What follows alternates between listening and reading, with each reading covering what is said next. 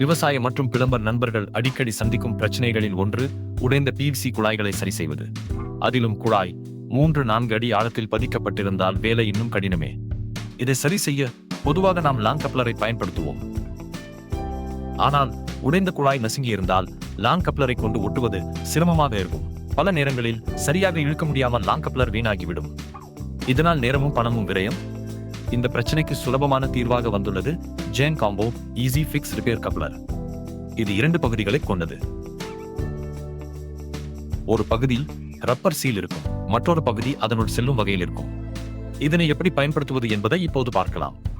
கப்ளரின் 2வது பகுதியில் கிரீஸ் அல்லது ஜெயின் ரப்பர் லூப்ரிகன்ட் தடவ வேண்டும். இதனால் அது முதல் பகுதியின் உள்ளே சுலபமாக செல்லும். பின்னர் ஒரு பகுதியை உடைந்த குழாயில் PVC பேஸ்ட் பயன்படுத்தி ஒட்டிக்கொள்ளலாம். அதன் பின் மறுமுனையிலும் PVC பேஸ்ட் தடவி தேவைக்கேற்ப இழுத்து உடன் பகுதியுடன் ஓட்டிவிடலாம். இந்த ஈஸி ஃபிக்ஸ் ரிப்பேர் கப்ளரின் 2 பகுதிகளுக்கும் இடையில் ரப்பர் சீல் இருப்பதால் அந்த இடத்தில் PVC பேஸ்ட் தேவையில்லை. இதனால் ஒட்ட முடியாமல் கப்ளர் வீணாகும் பிரச்சனை ஏற்படாது.